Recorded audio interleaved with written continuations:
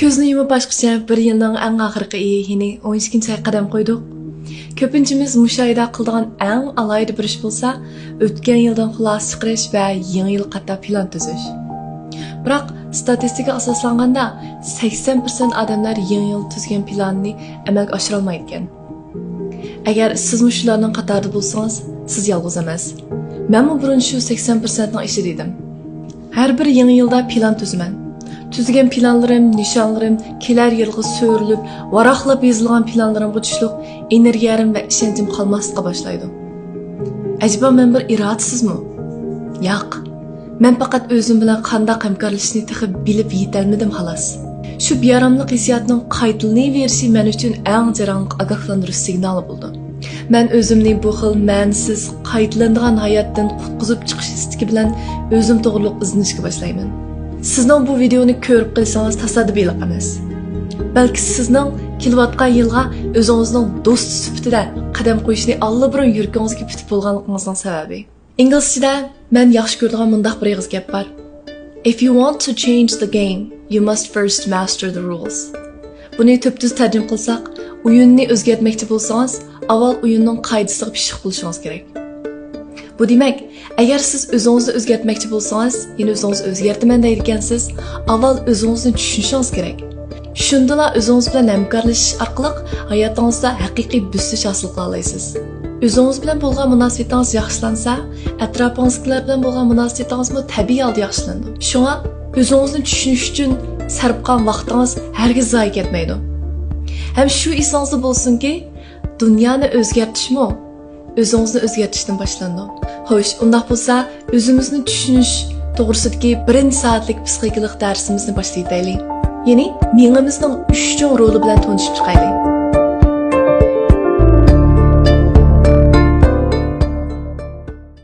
Miyangizning default, ya'ni tabiiy inkosi sizga ilhom berish, olg'a undash, sizni xushal qilish emas, balki sizni hayot saqlash. Bu demak, miyangizning sizga notunish bo'lgan yoki siz uchirishib boqmagan narsalar, hissiyotlar, odamlar, muhitlarga bo'lgan tunji inkas bo'lsa, sizni hozirgi tunish ham bexatar chambarkangizga qaytarib kelish bo'ldi. Bu dal sizning yangi yilda tuzgan planlaringizning nimishqa amalga oshmasligining sababi.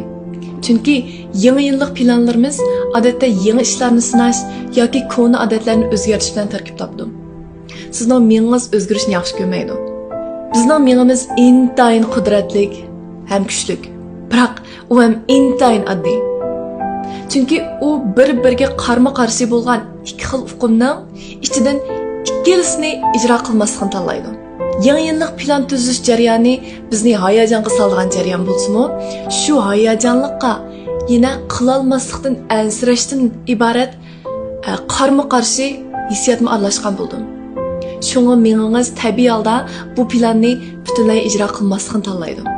Miyangizning 3-chi roli ham eng muhim rol bo'lsa, miyangiz siz va faqat siz uchun xizmat qildi.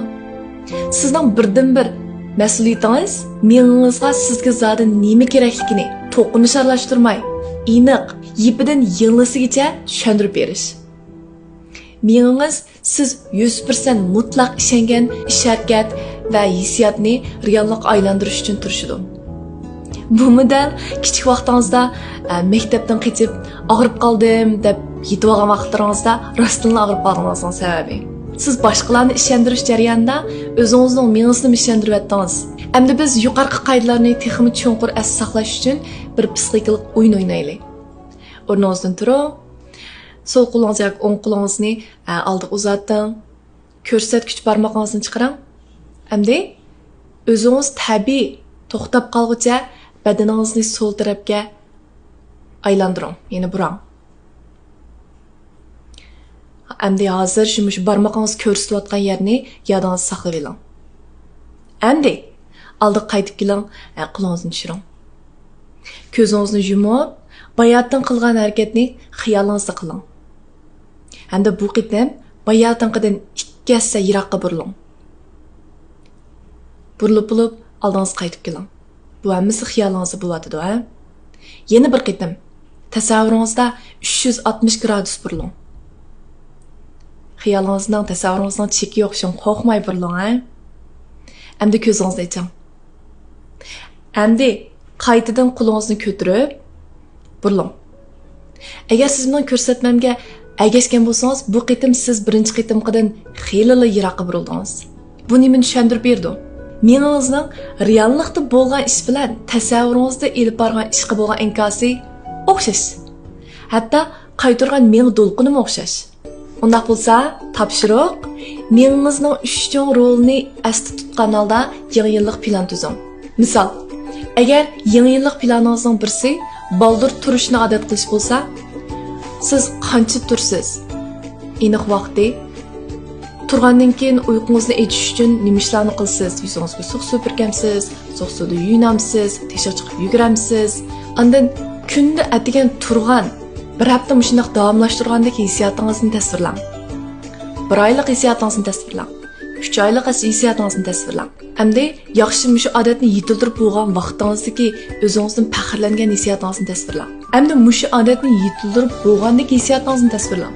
Hem bularni astoydil shu planingizni ichiga yozib chiqing.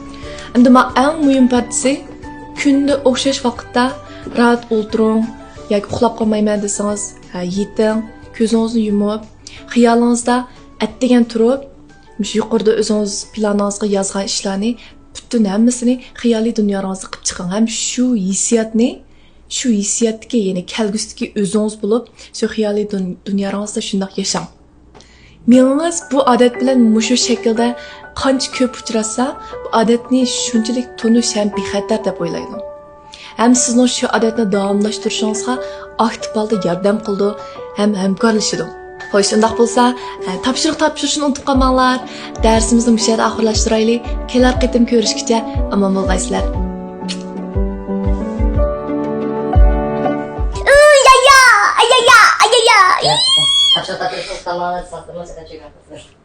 Está